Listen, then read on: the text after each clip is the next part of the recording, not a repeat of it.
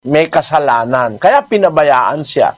Kasi ang pangako ng Diyos pag matuwid ka, hindi kanya pababayaan eh. Ba't niya pinabayaan yung kanyang anak na mapatay, mapahirapan? Kasi doon sa oras na yon, Opo, umpisahan natin agad at puntahan natin ang lugar ng Doha, Qatar. Nandun si kapatid na Andy Perlada kasama na ating mga panauhin. Doha, Qatar, go ahead please. Kapatid na Daniel at kapatid na Eli, salamat po sa Panginoon. Ang magtatanong po rito sa Doha, Qatar ay si Mr. Isaac Ronas, isa po siyang Baptist. Ang katanungan ko po, bago namatay si Kristo, may sinabi po siyang, Ama, bakit po? Bakit niyo ako pinabayaan? Bakit niya po yun nasabi? At sino po ba ang dapat sambahin? Si Hesus Kristo po ba o ang Diyos Ama? kapatid, ang Kristo, kung hindi natin maiintindihan, meron siyang mga ginagampanang papel nung nandito siya sa lupa. Miski noong panahon pa na hinuhulaan yung kanyang pagparito sa lupa, may mga nakasulat na siyang mga gagampanan na magiging para siyang ganon. Doon sa 22:16 ng awit, ganito nakasulat doon. Sapagkat niligid ako ng mga aso, kinulong ako ng pulutong ng mga manggagawa ng masama, binutasan nila ang aking mga kamay at ang aking mga paa. Sabi ng hula, niligid ako ng mga aso, kinulong ako ng pulutong ng mga manggagawa ng masama. Puro masasama yung nakapaligid sa kanya sa tiempong ito. Anong ginawa? Binutasan nila ang aking mga kamay at ang aking mga paa. Ayan. Tapos, itutuloy natin sa 18. Hinapak nila ang aking mga kasuutan sa gitna nila at kanilang pinagsapalaran ang aking kasuutan. Yung kanyang damit, hinapak nila by force. Tapos pinagsapalaran ang wika nila, pinagsugalan yung aking kasuotan. Alam natin si Kristo yan Binutasan ng paa at kamay kasi pinako siya sa krus. Tapos yung kanyang damit, hinapak, pinagsugalan ng mga sundalo. 4 yung sundalo, para wag mahati-hati yung damit, kasi isang uri ng damit yun na espesyal na ginawa ng mga unang Kristiyano para sa Panginoong Hesus. Wala yung tahi Kaya pagka pinaghati-hati mo, hindi pakikinabangan, buo kasi yun Basahin natin ang 19:23 ng Juan. Ang mga kawal nga ng si Jesus ay kanilang maipako na sa krus, ay kanilang kinuha ang kaniyang mga kasuutan at pinag-apat na bahagi. Sa bawat kawal ay isang bahagi, at gayon din naman ang tunika, at ang tunika ay walang tahi, na hinabing buo mula sa itaas. Nangagsang-usapan nga sila, huwag natin itong punitin, kundi ating pagsapalaran kung makapapakanino, upang matupad ang kasulatan na nagsasabi, binahagi nila sa kanila ang aking mga kasuutan at ang aking balabal ay kanilang pinagsapalaran. Natupad yan kay Kristo. Ngayon, sabi niya, binutasan nila ang aking paa, ang aking kamay, hinapak nila yung kasuotan ko, kanilang pinagsapalaran. Sino yan? Doon sa 22:6, diyan pa rin sa awit, sa mismong kapitulo. Ngunit ako'y uod at hindi tao, duwahagi sa mga tao at hinamak ng bayan. Ayon. Ako ang wikay uod at hindi tao. Dinuwahagi sa mga tao, hinamak ng bayan. Ibig sabihin sa tiempo na yan, para siyang uod. Alam niyo yung uod, simboliko ng isang bagay na kasuklam-suklam. Nakakadiri yung uod. Nakakadiri. Para lang yung libingan, ang sabi ng Kristo, sa labas maputi, pero sa loob ay kasuklam-suklam sapagkat puno ng mga uod. Ibig sabihin yung uod, parang isang bagay na walang kahala-halaga, kinukutya, Parang pinandidirihan. Isang panahon ng buhay niya, tinrato siya na parang uod nung siya'y ipinako sa krus. Kapatid. Ngayon, bakit ko sinasabi ito sa iyo? Anong kaugnayan nito dun sa iyong tanong na, Ama, bakit mo ako pinabayaan? Alam mo kasi, maraming papel si Kristo na kinakatawan. Isang panahon para siyang uod na kinasusuklaman.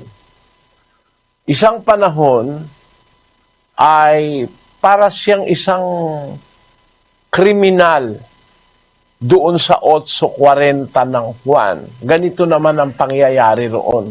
Datapwat ngayoy pinagsisikapan ninyo akong patayin, na taong sa inyo'y nagsasaysay ng katotohanan na aking narinig sa Diyos. Ito'y hindi ginawa ni Abraham. Ngayon, nung tiyempo na yon, sabi niya, ngayon ay pinagsisikapan niyo akong patayin. Nagsasabi lang naman ako sa inyo ng katotohanan na aking narinig sa Diyos. Gusto siyang patayin ng mga Hudyo na taong nagsasaysay sa inyo ng katotohanan. Nabasa ko katao kung nabasa ko naman ay uod. Ibig ba sabihin, uod na si Kristo? Kung nabasa mong tao, tao na talaga siya. Sabi sa Biblia, kaya niya sinabing taong nagsasaysay sa inyo ng katotohanan. Kasi, dun sa 1:14 ng Juan, ang nakasulat, At nagkatawang tao ang verbo. ang tao, yung katawan, nagkatawang tao ang verbo. Parang ang lalaki nagdamit babae. Ang tingin mo babae, pero hubaran mo at lalaki yon. Kasi nagdamit babae. Para rin yung salitang nagkatawang tao. Hindi naman tao yun Wala pang tao, umiiral na yon, anak ng Diyos yon. Nagkatawang tao. Di nila kinukonsider yung salitang nagkatawang tao. At sa ibang talata ng Biblia, meron pang sinasabi siya'y nag-anyong tao. No? Nakitulad sa tao. Basahin natin ang 2:5 ng Pilipos. Mangagkaroon kayo sa inyo ng pag-iisip na ito'y na kay Kristo Jesus din naman, na siya, bagamat nasaan yung Diyos, ay hindi niya inaring isang bagay na nararapat panangnan ang pagkapantay niya sa Diyos, kundi bagkus hinubad niya ito at nag-anyong alipin na nakitulad sa mga tao. Ayun, maliwanag, Siya'y nasaan yung Diyos na umpisa in the form of God. Who being in the form of God thought it not robbery to be equal with God, but made himself of no reputation, and took upon him the form of a servant, and was made in the likeness of men. Napakaliwanag Nasaan niyo siyang Diyos, hindi niya inaring bagay na nararapat niyang ikarangal o ipagmapuri o ipagyabang, ang pagkapantay niya sa Diyos. Bagkos hinubad niya ito, nag-anyo siyang alipin, nakitulad sa tao. Hindi talaga tao yan. Para lang dun sa, nung hinahamak na siya, nakapako siya sa krus, pinandidirihan siya ng mga tao, para siyang uod. Ako'y uod at hindi tao, sabi niya. Ngayon, bakit ko ito sinasabi sa'yo? Kasi mahirap intindihin yung salita niya sa krus Ama, bakit mo ako pinabayaan? Ang katunayan, maraming pastor nga, hindi naman naiintindihan kung bakit niya sinabi yan Kasi alam mo kapatid, doon sa pangako ng Diyos mula sa umpisa, pangako niya sa mga taong matutuwid na hindi niya pababayaan ang matuwid. Basahin natin ang 13 ng Ebreo. Ganito ang nakasulat. Mangilag kayo sa pag-ibig sa salapi. Mangagkasya kayo sa inyong tinatangkilik, sapagkat siya rin ang nagsabi, sa anumang paraan ay hindi kita papagkukulangin, sa anumang paraan ni hindi kita pababayaan. Pangako ng Diyos yan Pag ang tao matuwid, hindi niya pagkukulangin Hindi niya papabayaan. Biro mo, tayong mga taong makasalanan, matuwid lang tayo, susunod lang tayo sa Diyos, hindi niya tayo pababayaan. Bakit yung kanya mismong anak, pinabayaan niya?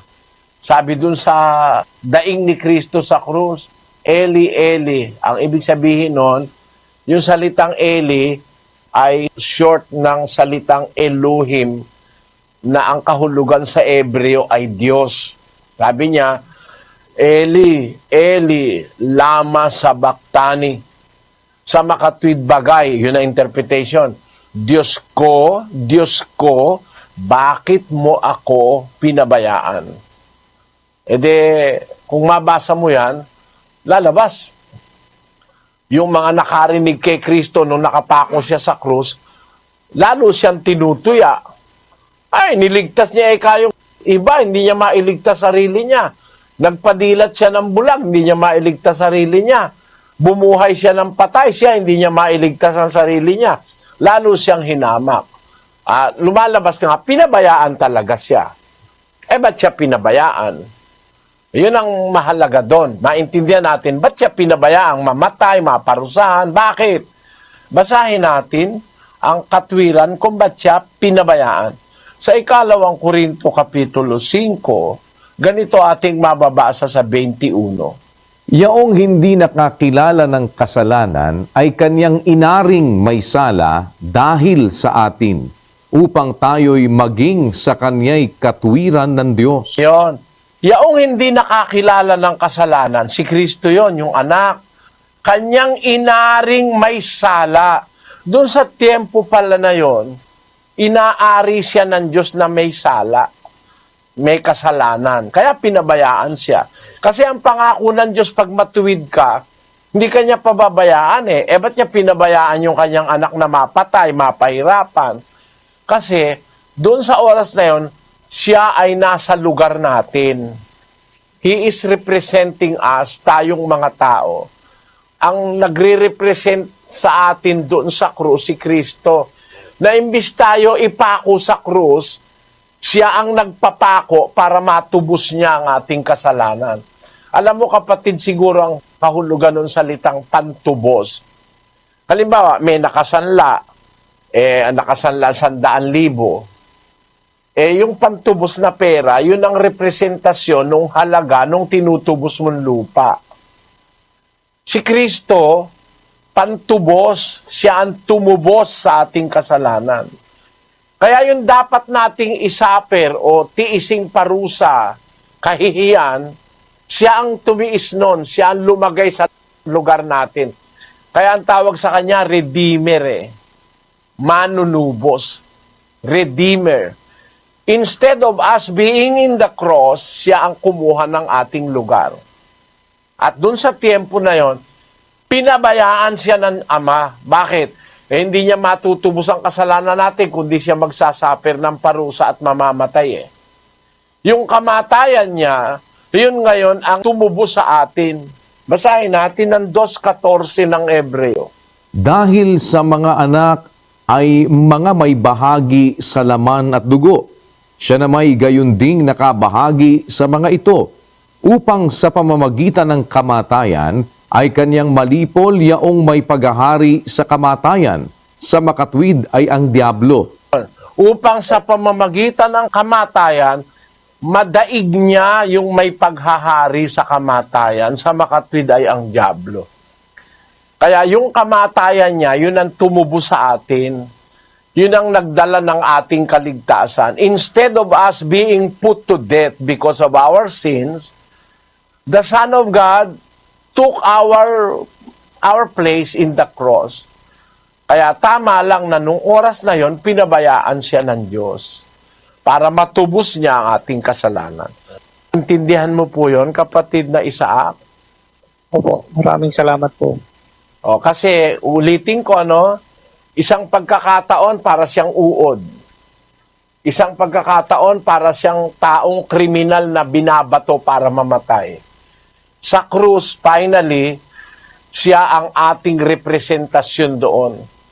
Dapat tayong mapatay, dapat tayong parusahan dahil sa ating kasalanan, pero para matubos tayo ni Kristo, siya na walang kasalanan ang umako at kumuha ng ating pwesto. Kaya, si Kristo dapat sambahin natin eh. Sasambahin natin yon. Unang Pedro 3:15. Kundi inyong sambahin si Kristo na Panginoon sa inyong mga puso. Ang Kristo dapat sambahin eh. Kasi anak siya ng Diyos. Yung Ama dapat sambahin. Yung anak dapat sambahin. Dapat tayong manalangin sa Ama, dapat din tayong manalangin sa anak. Dapat din tayong manalangin sa Espiritu Santo. Kasi yung tinatawag sa Biblia na pagka-Diyos, yung salitang Theos, kasama dun yung Ama, Anak, at Espiritu Santo. Yun ang tinatawag na divinity sa Biblia. Pagka-Diyos. In English, divinity. Tatlong kapangyarihan yan, Ama, Anak, at Espiritu Santo. Dapat sambahin niyang mga yan. Dahil yung tatlong kapangyarihan na yan ang gumaganap ng ating kaligtasan. Mahaba lang ito kung iisa-isahin ko sa iyo, no?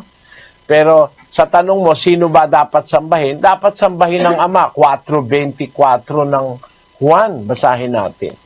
Ang Diyos ay Espiritu at ang mga sa Kanya'y nagsisisamba ay kinakailangang magsisamba sa Espiritu at sa katotohanan. Ang Ama dapat sambahin. Si Kristo dapat sambahin.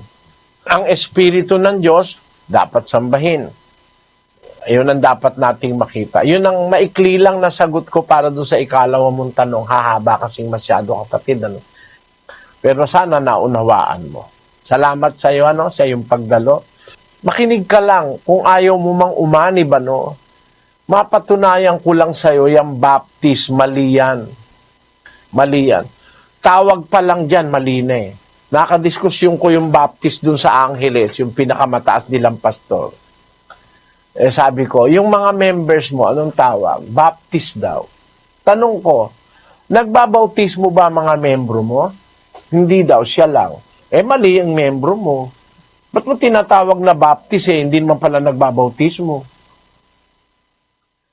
Sa Biblia, ang tinatawag na baptist, si Juan Bautista, John the Baptist.